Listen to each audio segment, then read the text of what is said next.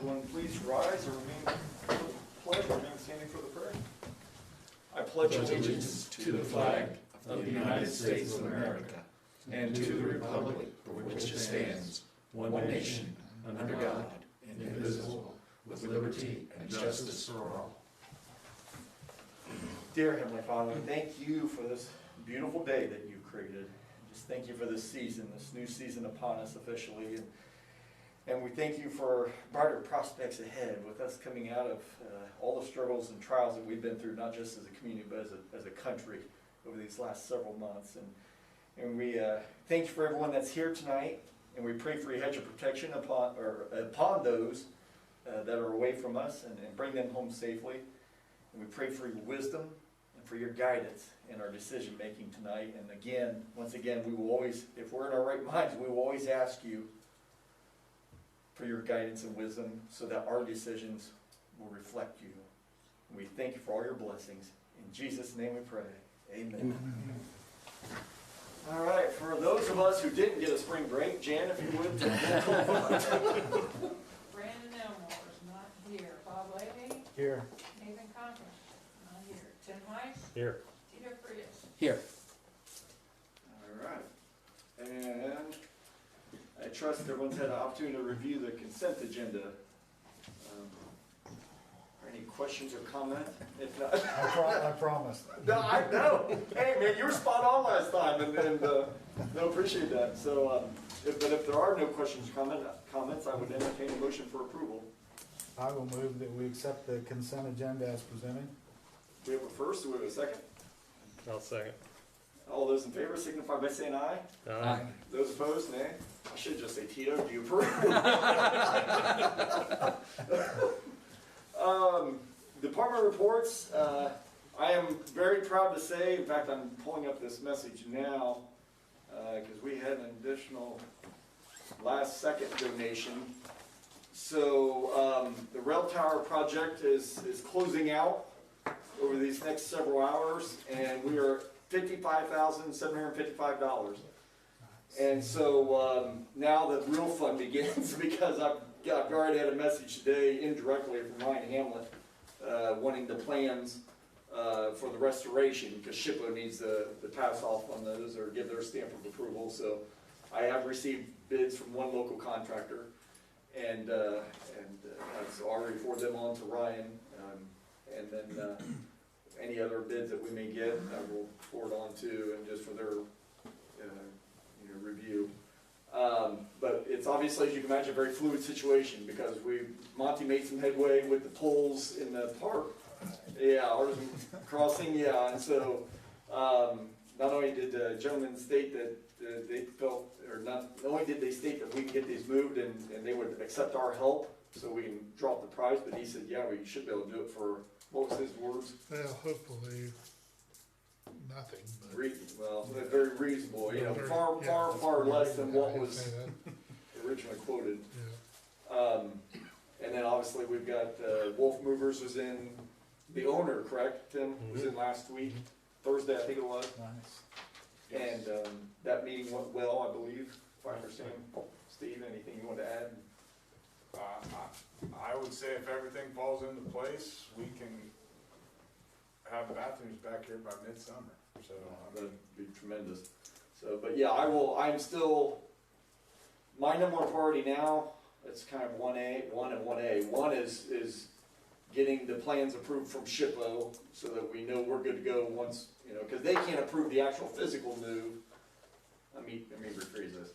We've got the money to move it ourselves now with what we raised, but they can't approve the $50,000 match until they approve the restoration plans. And then the poles, obviously, getting the poles moved. Those are 1 and 1A, and getting that taken care of.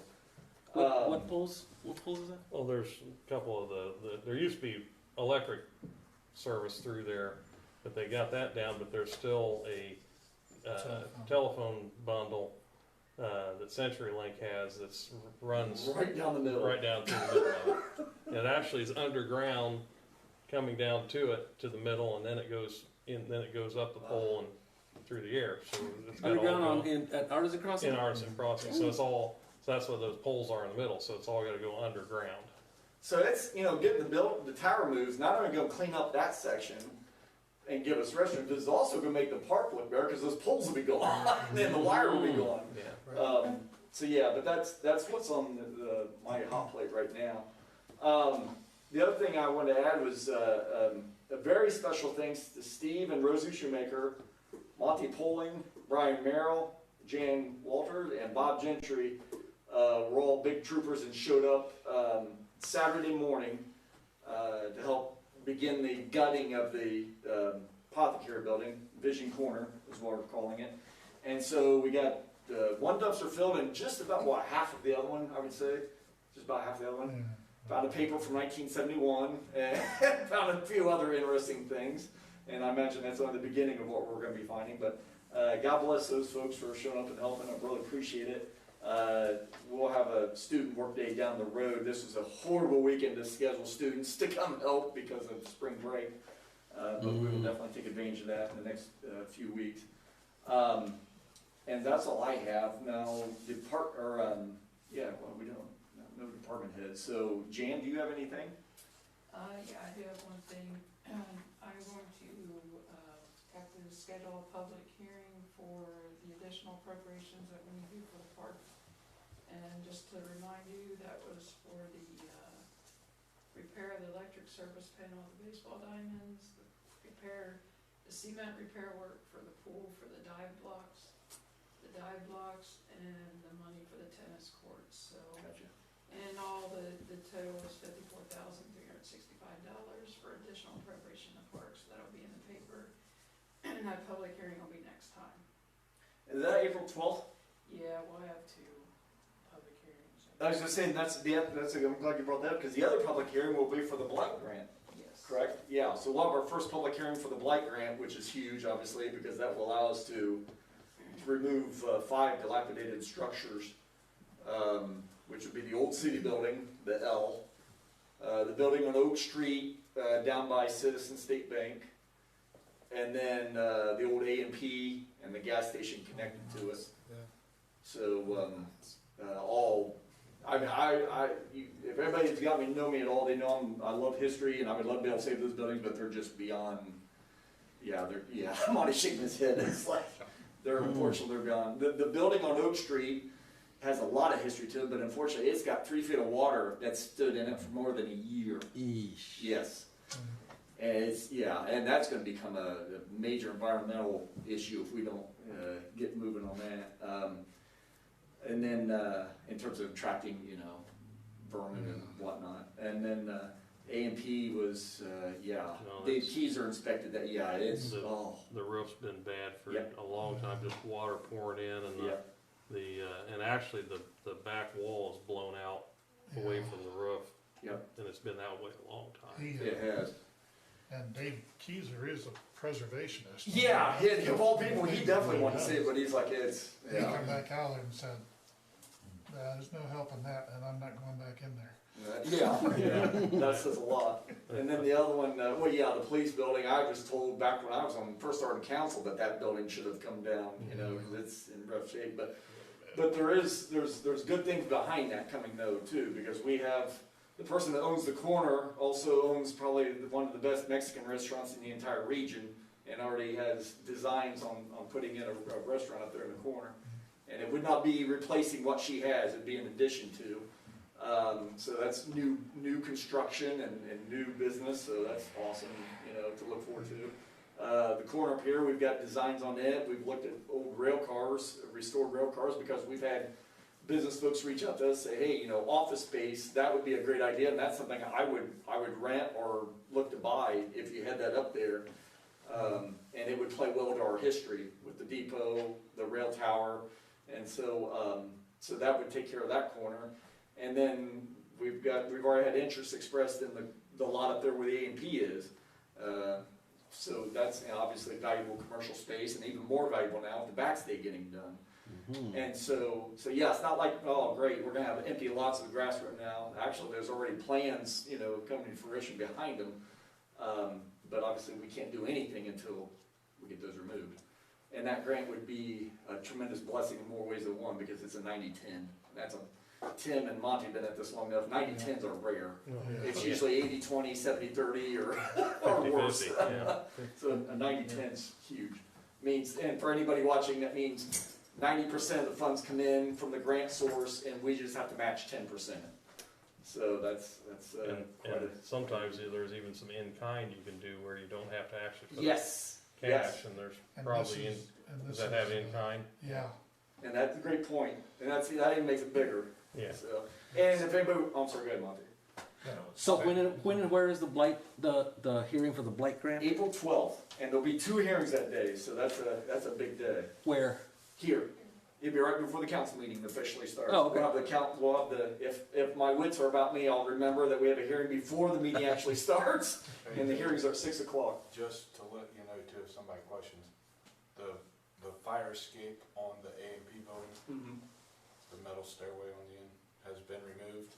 It's staying in town, it's not being scrapped, it's being reused on another project, actually on Union City, Ohio, so we didn't just give it away. And plus, the heart that was carved into the limestone on the center of the building has been removed and is going to be used by some people who preserve buildings Awesome. on other projects. So if you look up, and like I know the little tiny square windows on the building on Oak Street, those are going to be removed probably within the next couple weeks also. So if you see things like that starting to show up missing on the buildings, we're not just selling the farm, they're being reused in other projects. And that's a good point, because they're notable features Right. of those buildings.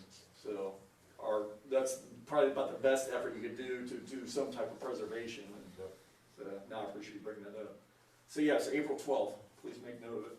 Anything else, Jan? No. Sorry, I kind of hijacked your section. Council members, Bob, let's start with you. There were no petitions for March for the area planning commission for any remodeling or updating of zoning. So Okay. there was no meeting this month, Okay. and that's pretty much all I had. No, I think so. Tim, anything? No, don't have anything, we didn't have anything real noteworthy at Board of Works. Molly may have Okay, something to report on, but no problem. otherwise nothing. Tito? Yes, I've been liaising with some splash pad Yes. providers, and so I got 4 quotes that I have submitted for others to review. And so I'm not sure what's going to happen next or what you've decided how that should go. But I just wanted to sort of point out that I've been working on that. Awesome. Yeah, good job. Also, I had had a fun weekend. I was in Pittsburgh, and while there, I met a developer, and I showed him our Moulton Associates proposal. So I have some interesting things to tell you when we get to that point in that. Awesome. Thanks. Fantastic. Monty? had the pre-construction meeting today on the streetscape project and the community crossing Oak Street project. So we were able to, we had a representative from the gas company there, so they're gonna get their gas line work done up there so that Good. they're not digging up our new street. Awesome. And so they should be starting on the streetscape portion of that maybe next week.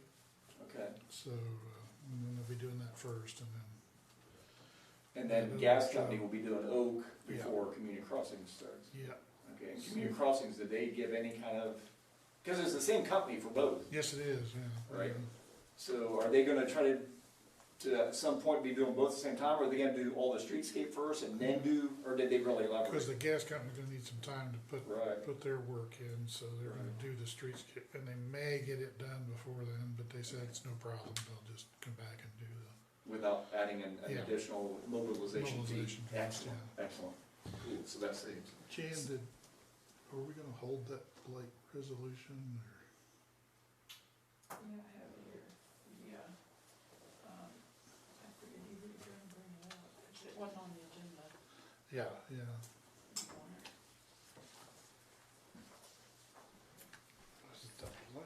I guess I should have shared that copy. Oh, and what about we got the RDBG one on there. That one's on the agenda. This one is. Yeah. You wanna make a copy of that, send it out? I should have done that. You just go read it. Yeah, this, K.I.S. Consulting sent this today. It's a change in plan, because we're gonna do just an area blight resolution, but Donna thought it would be better to do what they call a spot blight, because otherwise we would have to declare the entire area a slum and blight. Right. And this is just then for these particular properties. So she would like to have this passed if we could. Absolutely. Do you want me to read it, or you want? You want me to make copies of it? Yeah, if you make copies of it, that'd be great. Well, she makes copies. Yeah, that's, I saw that over the weekend, the fact that they will allow, they being Okra, Okra. will allow you to do either. And so we decided, obviously it makes sense just to declare those specific spots blight, as opposed to the entire area. I think just from a marketing perspective, that's a good thing too. Well, So, it kind of could reflect on some other activity that you would do in that particular area, so. I had a question about the gas lines. Is that the gas lines that will serve the new homes that are being developed in the old body company? No, it doesn't go that far. This, just up on Oak It's Street. Columbia Street to Howard Street. and they're redoing existing lines, correct? It's Yeah, not running new lines. Yeah, it's- they're replacing all the old low-pressure lines in town, so they'll be here a while. Oh, thank you so much. So there's gonna be some digging and road closings and, There already is. okay. Yeah, they've done some of it already, yeah. So, yeah, and hopefully everybody understands from what I've said that it's not an entire area, as Monty said too, it's specific areas, to keep from boring everybody with all the jargon. Now that you have it in front of you, if you wanna scan over that and, see if you have any questions or thoughts, and if not, then I would entertain a motion for approval. Can we go ahead and read it maybe, so people know? Well, if you want, I mean, whereas the city of Union City desires to eliminate blighted structures within the corporate limits of Union City, Indiana, and whereas the structures located at 334 West Oak, 228 West Oak, 325 West Oak, 339 West Oak, and 115 North Columbia Street have experienced a cessation of private investment since 2008, 14, 12, 10, and 12 respectively, and whereas deterioration of the structures has taken place as evidenced by buildings that are structurally unsound and have become contaminated with black mold and other fungi-related airborne contaminants, the buildings are unsafe due to falling floors and roof beams. Some of the buildings contain asbestos and lead paint. Whereas the project activities are designed to address slums or blight on a spot basis as defined by 24 CFR 570.483C2, the overall long-term goal for this project is to develop the properties to the highest and best possible uses. Some of the redevelopment goals include eliminate environmental concerns, demolition and removal of all structures, encourage reinvestment and potential park/recreation use, and beautification of property. Be it resolved by the City of Union City that the following properties of Union City hereby be designated as structures in need of redevelopment as defined by Indiana Code 36-7-14, 334 West Oak Street, 228 West Oak Street, 325 West Oak Street, 339 West Oak Street, and 115 North Columbia Street. And you can also see attached legal descriptions, pictures, and maps of the properties. And if so moved, this will be adopted by the the Union City Common Council, Union City, Indiana, this 22nd day of March, 2021.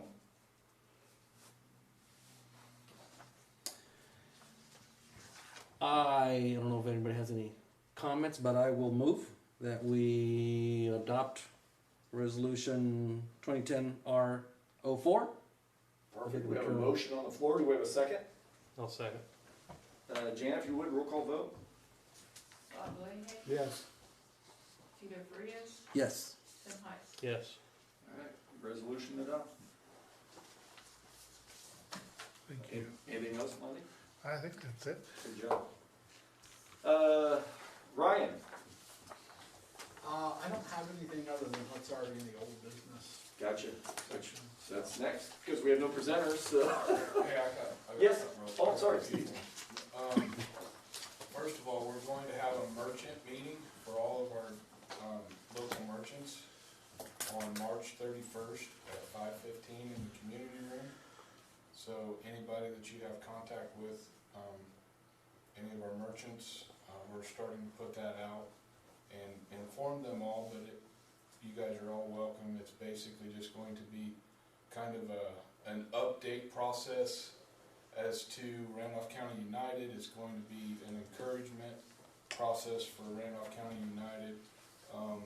We're going to talk about, because there's a gap, so to speak, for local activity and events versus Randolph County United, whose mission is to develop, and foster existing business, bring in new business, marketing, things like that. That never should be something that they get down in the weeds with local activities. That should be done at the local level. So we are maintaining all of those events that our merchants historically have done and offered. We're going to launch a new signage campaign for our downtown businesses as well. So just wanted to let everybody know that that's going to be taking place. We're going to have the first one on March 31st at 5:15, and it's more in depth than what I just talked about, but you'll have to come to the meeting to get the details. And then I want to thank everybody's participation in the Fire Ops 101. I think that was a huge success. I see a couple of savvy firefighters in this room.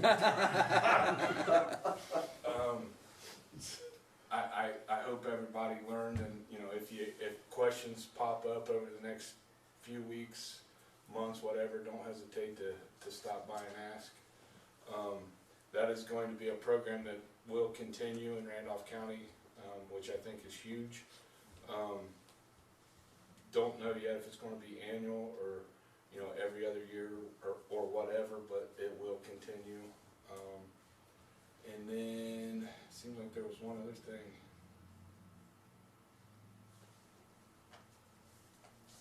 If you talk about it, let me know. That's all I got. That was an eye-opener. That was an eye-opener.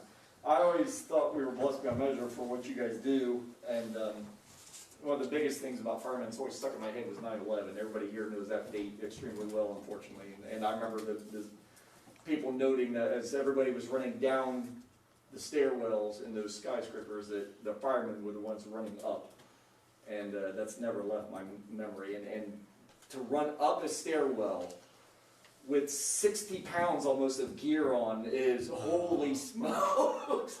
Because I felt, you remember when you were a little kid and your mom would bundle you up to where you could hardly move? The heavy boots and that's the way it felt as a fireman. And they put us in this container, basically like the containers you see on the railroad trains or trucks pulling, And they actually can heat this puppy up to as hot as 1,200 degrees. I don't think it got quite to that. No, it did. It did? Okay. And I had the helmet on and all the gear and everything, and I could still feel my ears burning and just getting warm over, the whole thing. And now I know why those jackets cost, the jackets and pants, why they cost $2,500. Is to keep you going up in smoke, it's amazing. We're blessed beyond measure that those guys are willing to do that, and I'll be honest with you, I'll say it publicly right now. It just absolutely underscores the fact that really something from a county level needs to be done so badly for our fire departments and to create, i.e. a fire territory, and to help us better manage our resources from a county perspective. because we have an aging fire department. And make no bones about it, these guys, they're getting up there. There's a couple, there's one or two have already turned in their retirement, I believe. 75% of our full-time staff is at the age of retirement and can walk away any day.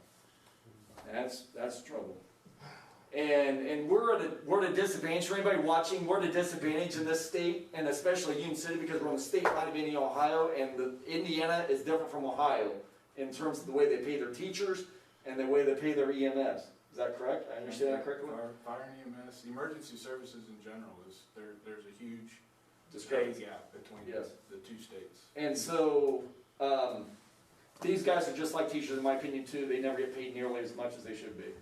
I would, I've said this from the beginning of time. I would love to be reading articles in newspapers how, new teachers and firemen and policemen just sign big mega contracts, for what they do, instead of reading about all of our sports stars and entertainers. And that's not to take anything away from them, because they're talented folks and they deserve everything they can get in a free society, absolutely. But in terms of people who put their life on the line and just dedicate themselves to the service of others, I hope we never lose sight of that. So, I kind of just stepped up to the pulpit, so my apologies. But again, I appreciate what you guys do.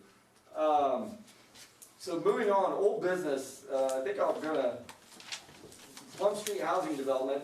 Tito, you had something you wanted to share, because I know we don't have Nate in the house, and we don't have any new updates as of right now, other than we're working on the TIF. But go ahead if there's something you'd like to share. That'd be great. Yes, so basically I, I reviewed the proposal, it's called Engineering Surveying Services Proposal, and I have a lot of comments.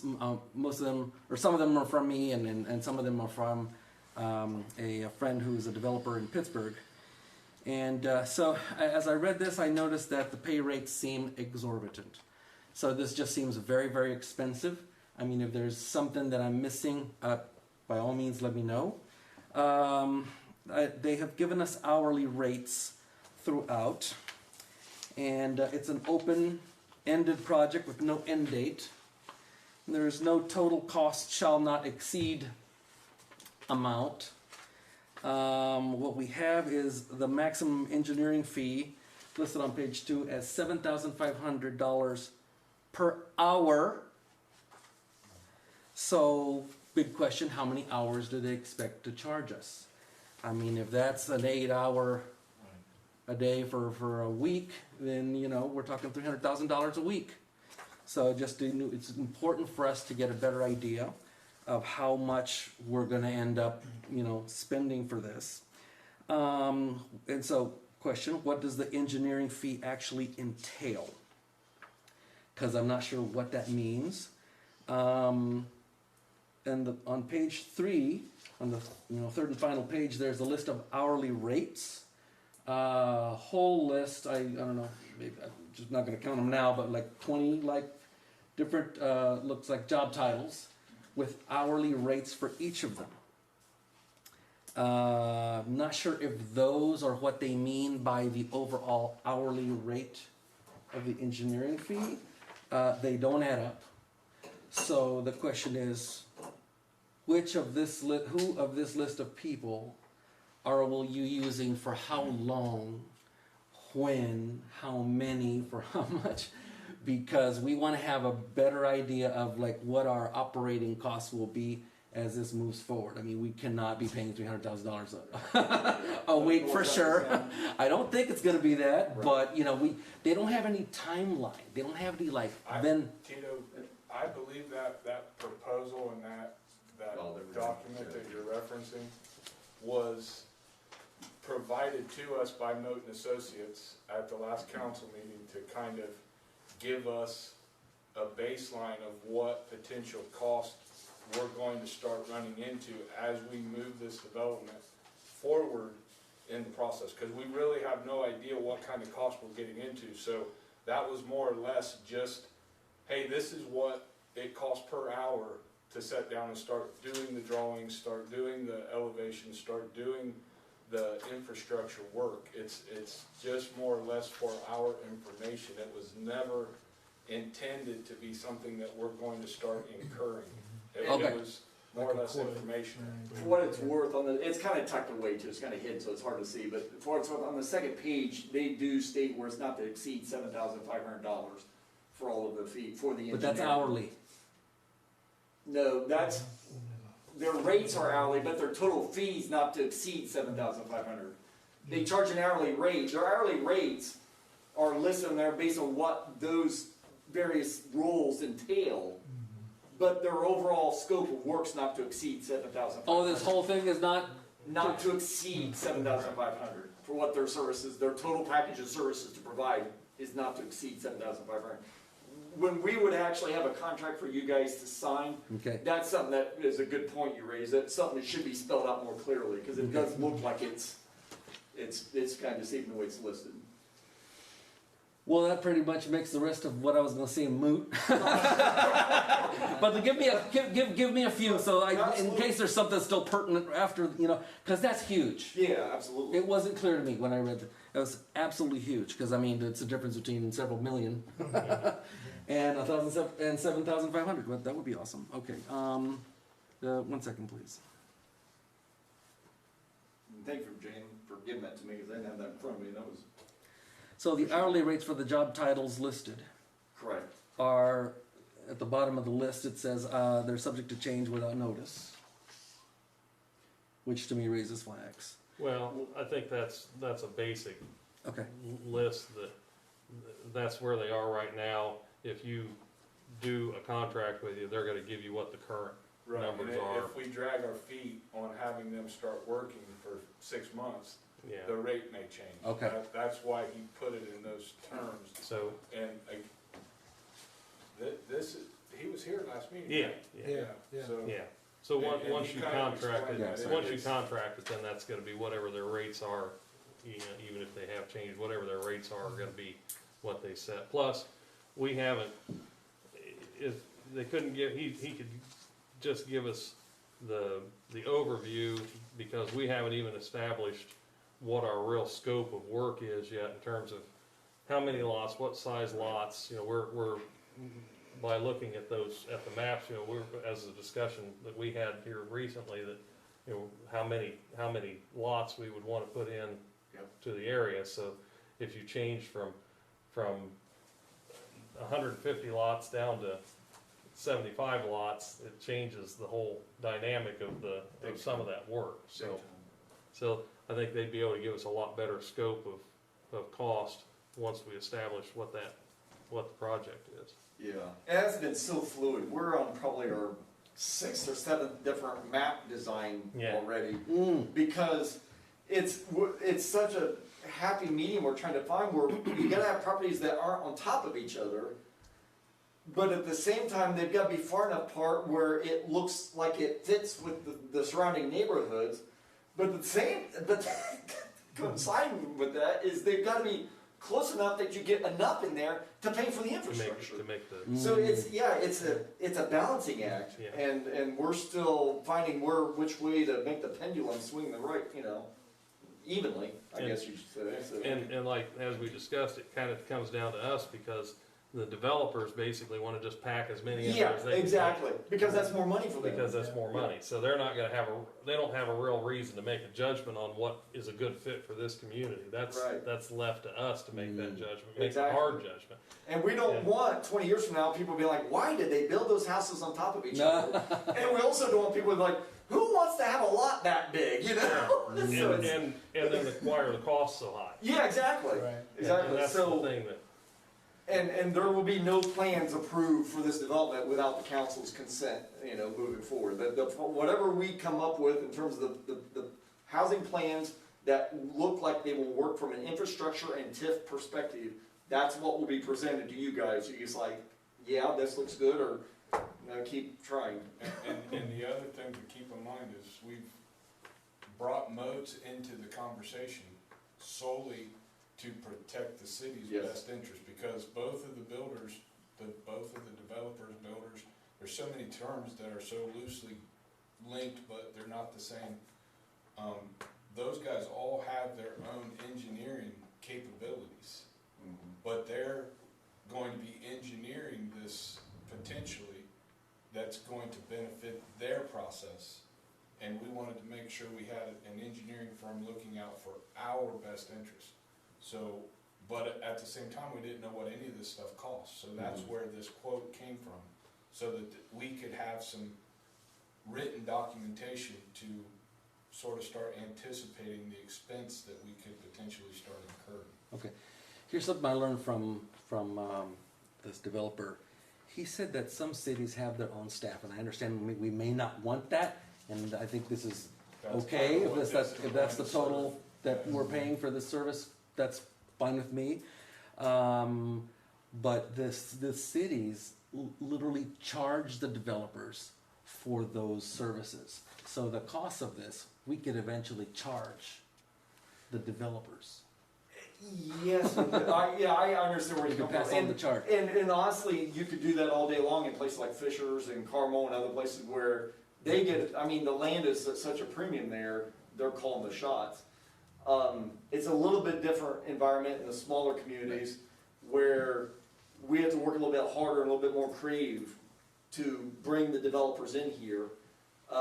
Because we're not the first, let's call a spade, we're not the first place that a person thinks of in terms of a big development. We're just not. And so we have to be a little bit more aggressive in seeking these guys out that are developers and seeing what we can, how we can entice them, at the same time, how much can they offer us? And we're fortunate now, we have two that are kind of going, we're hoping we have two that are, I don't want to say pitted against each other, but to hopefully have the city come out, you know, in the best scenario possible. Great. If we could enter a third into the mix, that'd be great, but we haven't. You know, and ultimately what we're doing is we're approaching this with the end goal. And the end goal for the city of Union City is 20 years from now, we have 60 or 70 or 90 new families enrolled in our school, eating in our restaurants, you know, having their Right. income taxes paid here, all of those things, the city reaping the benefits of the property tax. That's the important thing, that's the end goal that we're keeping in mind. So there's all kinds of ways to skin the cat, but ultimately we want the development and we want those 60, 70, 90 new homes. That's ultimately what we want. So big picture, we may have to give a little to get the end result. Okay. Good. So Question. that's why we wanted moats to protect our interest ultimately. Okay, that makes sense. So what is the next step with this? Because to me, this doesn't seem clear. I mean, I Right. understand what you're saying, Right. but this doesn't, to me, this doesn't say that. So do we need to have them propose something else, or is that, all those details gonna come out in a contract type? Those details come out of contract. Okay, which we will approve. Yeah, we have work to do to get to the point to bring it to them. Yeah, exactly, yeah. It's Okay. on us at the end. Yeah. So, Oh, go ahead. Go ahead. yeah, so, you know, after I was gonna do my big old spiel and I was going to propose that, you know, we have to write another RFP, request for proposals, if we were going to hire people or if we were going to ask Moulton Associates to rewrite their technical proposal. I was going to volunteer to help come up with those criteria, and so I'm available to assist with that if you need that. Well, I appreciate that, that's awesome. Yeah, Tim. The only other comment I was gonna make is I almost look at this proposing and using Moat Associates as similar to when we have a large project like wastewater treatment plant, street projects, so forth. There's an inspector on the premises that is there to keep the contractor honest, make sure the job's done correctly, and so forth. And that's kind of what we're doing with this. It's almost a similar That's a function. Great analogy. So it's a good investment in that regard, regardless of how we amortize the cost, whether it's through the cost of the lots, through calling it an incentive, whatever we do with it. And but it's good, like I say, we're gonna have to have the clearer picture before they can put a closer number on it. And it's probably still gonna be a little fluid, Right. but at least they've been around long enough to look at that and tell you, like say, you put a ceiling on that for a reason, because he knows what he usually has in a development like that. And Yeah. I'm sure he cushioned that a bit. So Yeah, no, that's a great 7500. analogy. It's kind of like So- what Midwestern has done for, Midwestern Engineers has done for us a number of times. And you know, the talk about the incentive to add these taxes into the, and you guys have heard me say this, but just think in terms of if back in the, everybody through the 70s, 80s, and into the 90s watched every afternoon as the factories let out lots of cars leaving town. You saw, lines of cars with Ohio plates on them leaving town, lines of cars going the other direction into Indiana. And if we'd have had some incentive and enticed 100 families back then to build homes here, and we had 100 more homes, but what if we had 300 more homes that even when those jobs were gone, those people were the people just like everybody else, just like Bob still has a job. He went and got a job elsewhere. Those homes would still be there, still paying taxes, and the tax burden would be spread among, say, 300 more homes. Yep. Be beneficial for the property owners and beneficial for the city. You're not kidding. And especially in 2021, where the dynamics of working is changing rapidly. I think we're at a very good time. Yeah, because at a very rapid pace, more and more folks are working from home. Because COVID has shown us that through the use of Microsoft Teams and the Zoom and all the different online capabilities now, more and more people are officing out of their home. So now it's not a matter of, I got to work in the city because I got to live near the city because I got to be within a 20 minutes to 2 hour drive of the big city. No, I can live in Timbuktu and do my business just like I always have now because I can do it from the comforts of my own home. Now, that's not everybody watching, obviously, but that's a growing population, and it's growing almost literally by the week in this country. And so we've got an opportunity to take advantage of that. And the same thing's going on with services too. You're going to have, because we always struggle with being able to provide all the services, but now, Amazon delivers to Union City just like they deliver in Indianapolis. You got telemedicine now. You have just all sorts of resources that change the dynamic of living here, where you don't have some of the access issues that we've had traditionally. Right. A lot of those access issues are going away. They are. And so it starts to look pretty enticing to live in a community like this. Yeah. Well, and that's you add another layer to the peel back another layer of the onion is the fact that you look at the social unrest that's taken place in a lot of your metropolitan areas. Because I've had this discussion with people who live in some of our metropolitan areas near here. There are more and more families that are looking at living in bigger cities differently now. It's not as appealing as it used to be. Not taking anything away from the big city. There's still a lot of wonderful amenities in a big city. But just the fact that, again, there's a lot of the social challenges we've had this last 12 months. Small town living is looking better and better to a lot more folks. And so we can either be ready to capitalize on that opportunity, or we can watch it pass us by, so. Yes. Well, good deal. Well, Tito, I appreciate you sharing all those. That's pleasure. Definitely. And the next one is a code enforcement ordinance update, and I don't think we have anything yet to, certainly don't have anything to vote upon, so.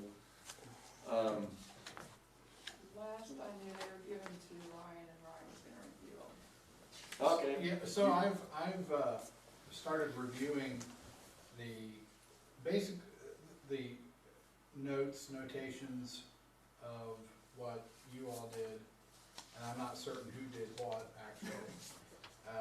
But I mean, by and large, they're all just shrinking time frames, from a week to 3 days, that type of thing, which I think for the most part is doable. I've been spending a little bit of time in the junk cars place, and for instance, under the state statute, a vehicle that is at least 3 model years old, mechanically inoperable, and is left on private property continuously in a location visible from public property for more than 20 days.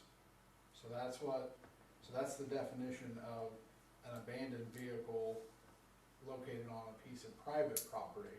So someone's yard, backyard, something like that, that's visible from, say, a street or an alley. So 20 days. So you can't go.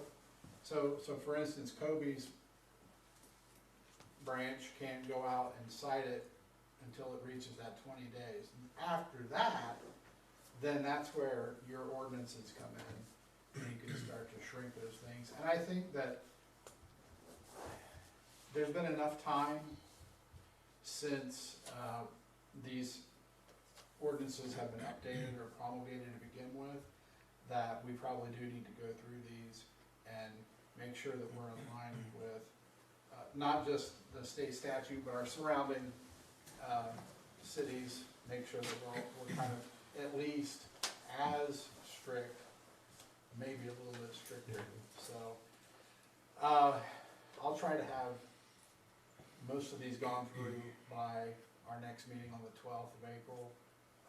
But I think it might not be a bad idea, I don't know, maybe to put together a committee or something, where I would meet with Kobe and maybe a couple of the council members and Steve. I'm out, I would defer to Kobe on all that, but, Okay. I mean, I'm happy to Yeah. go to another meeting, but. I don't want to speak for Kobe, but I think from every previous conversation we've had, I think that's something that would be of interest to him. I know he certainly would want to have some input. So, some of the things that, shortening the timeline is important, because what we're doing is we're citing them and then, or issuing the citation, and then we gotta wait 5, 7, 10 days, depending on which ordinance it is, and we need to shorten that timeline, because nothing's getting done.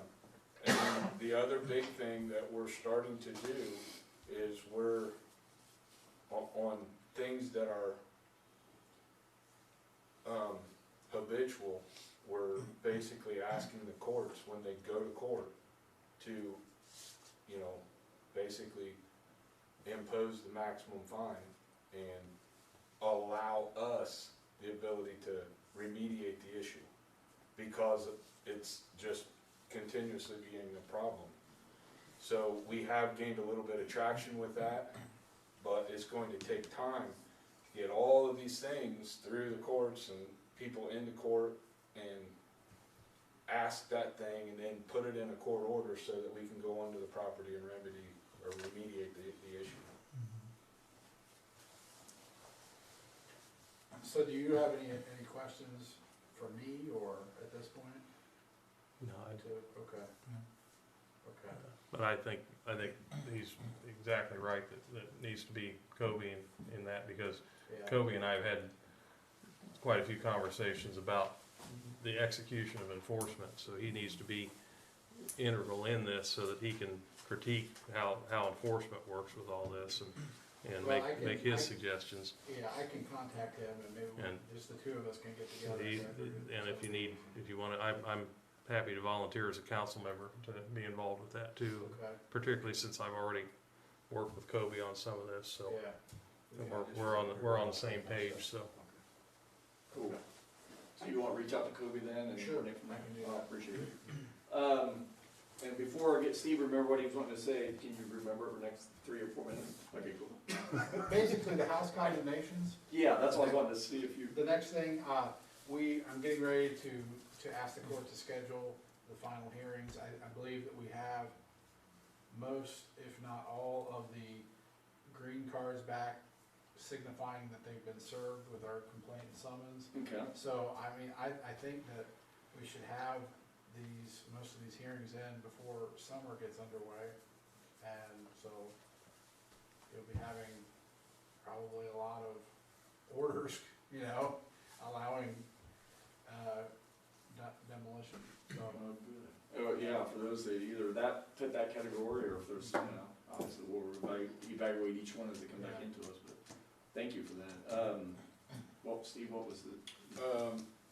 And I don't wanna speak out of turn, but we did have a police officer since the last council meeting quit. I'm assuming everybody's aware of that. I believe the process, as long as he passes the physical, for the pension, Gavin Teeter, who is our ordinance officer, is going to be moved to a full-time law enforcement position. So if you know of somebody that may or may not be interested in an ordinance position for the city, please send them to the police department for, a conversation with Kobe. Because that's going to become more and more important, especially as the April showers and May flowers start popping up and the grass gets tall and all that. It's going to become extremely important that that person's working. That's what it was. No, I appreciate it. New business, resolution, 2021-R-03, which is the resolution authorizing RBDG, which is the rural, I thought it was rural development building grant, but it's rural building development grant. But it's rural development. Business development. Yeah, application submission, which is, basically this is for the curb building. And this gives authorization to me for, the application, for the first floor storefront rehab. And then again, this grant would be for all the glass front for the curb building. Which building is the curb in? The green monstrosity. Oh, the Vision Corner. Okay. Yeah, sorry. The apothecary. The former apothecary, there you Okay. go. It's, doggone thing's got like 6 names now.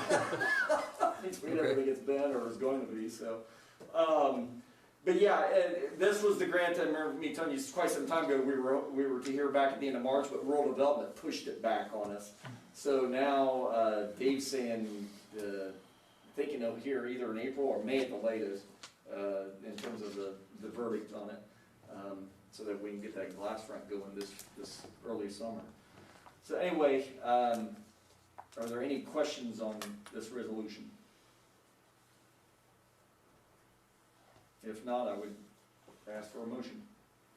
I'll move we accept resolution 2021-R-03, resolution authorizing RBDG application submission by title only. We have first, we have a second. I'll second. Very good. Jan, if you would, roll call vote. Bob Leahy, Yes. Tim Heiss, Yes. Tito Frias. Yes. Do we have any visitors wishing to address the board at this time, the council? If not, the next council meeting, this is gonna be a ways from now, April 12th, 2021, at 6 p.m.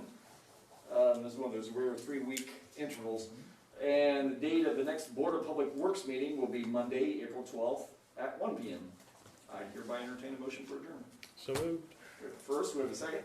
I'll second. All those in favor signify by saying aye. Aye. Aye. Meeting adjourned.